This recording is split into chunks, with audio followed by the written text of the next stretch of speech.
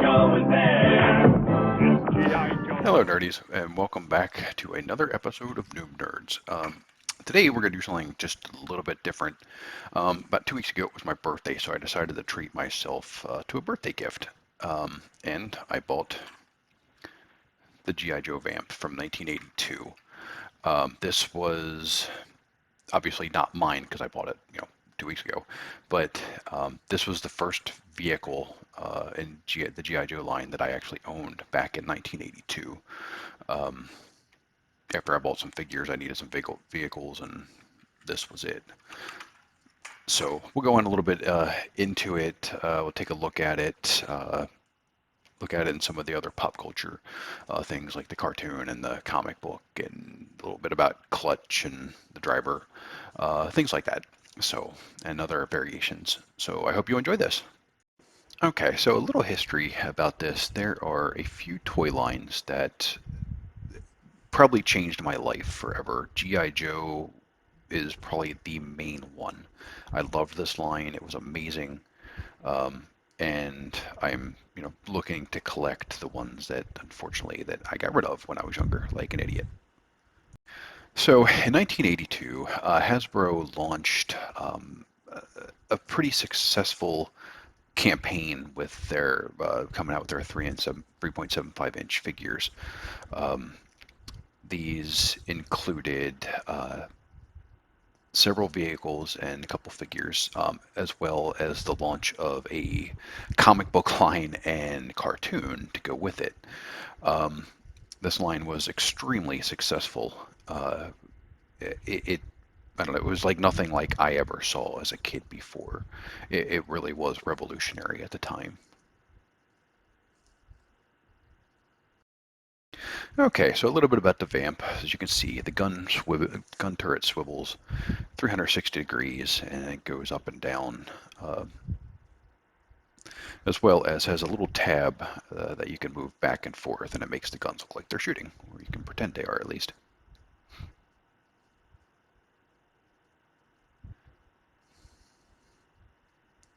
It also came with removable gas cans, two of them that fit, and this little storage bin on the back.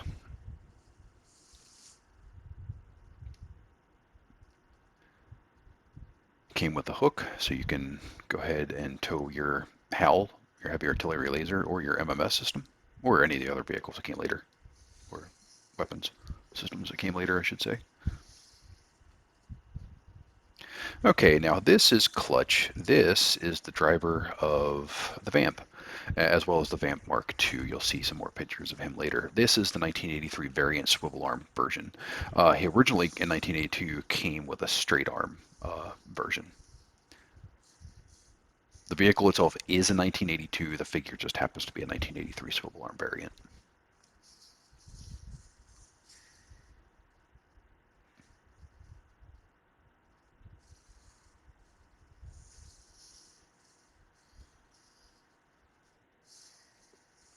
Okay, and here you can see its tow hook capability. Here it is with the HAL.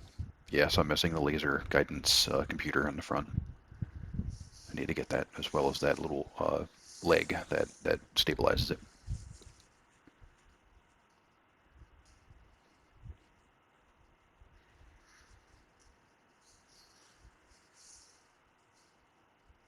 And here it is with the MMS.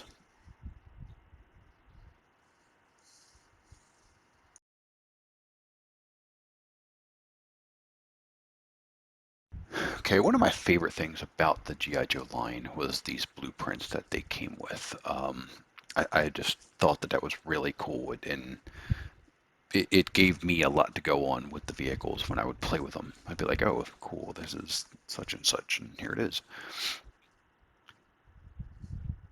And here's a look at the instruction sheets that came with it, sticker placement as well as assembling other parts of it.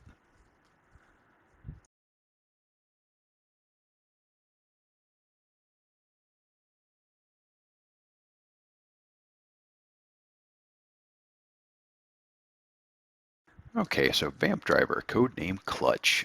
File name was Lance J. Steinberg.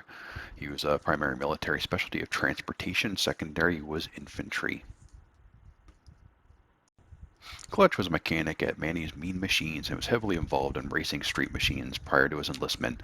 He graduated Advanced Infantry Training Covert Ops School, Executive Bodyguard School, Ranger School, Qualified Expert M14, M16, M1911A1, M3A1, M79, and M60.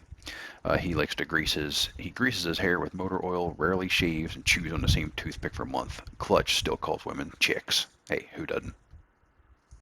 Okay, so in 1982, Hasbro released the original attack vehicle, Vamp. In 1984, they also released the Vamp Mark II, as well as the Cobra Stinger and the variants of it. Okay, here's a look at the 1984 Vamp Mark II that had a rocket launcher or missile launcher on it, as well as the hardcover top and doors, and the variant of Clutch, just recolored. Still swivel arm though.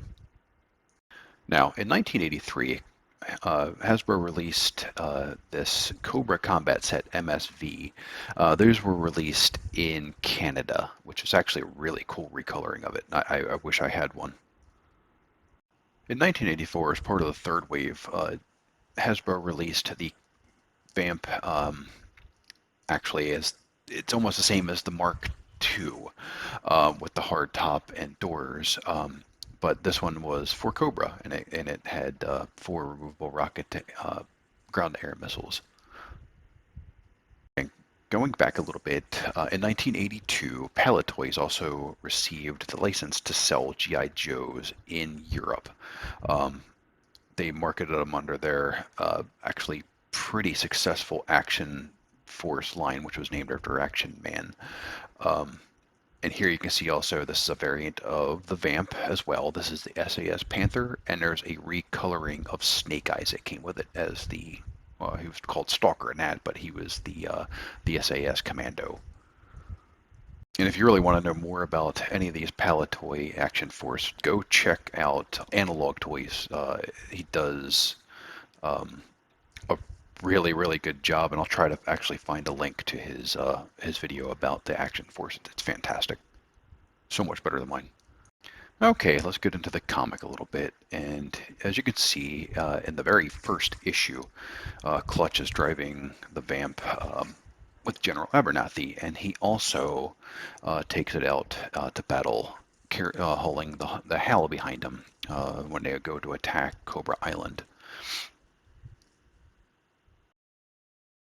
And in issue 7, we learn that the laser on the back of the Vamp can actually be controlled remotely with a remote that Clutch keeps with them, which actually saved their bacon in this particular episode. And in issue 8, the Vamp is actually featured right there on the cover, fighting off a Cobra attack vehicle. Okay, in issue 1, they also featured several pages that were about the different vehicles. They had this one, the Mobat, the Howl, things like that. And this is the one for the Vamp that was from that issue. Okay, so I hope everybody enjoyed that. I know it was a little bit different than what we normally do here with painting miniatures and stuff like that. But I do want to do a little bit more with this channel, such as share my passion for 80s retro toys. These little pieces of plastic mean a lot to me, even though this particular one isn't mine from my childhood. It still means a lot to me. I still remember playing with the thing as a kid and having fun. But if you liked this type of video, please let me know, because I definitely want to do more of these. I have still have my original Star Wars toys, which I wouldn't mind doing some of. And as I get more G.I. Joe vehicles, I'd like to do more of those as well. But other than that, I hope you enjoyed it. And don't forget to subscribe and leave a like button and a comment. Or not leave a like button, but click the like button instead. Helps that. Don't leave a like button, because I don't want them. But yeah, I hope you enjoyed it. Have a great day.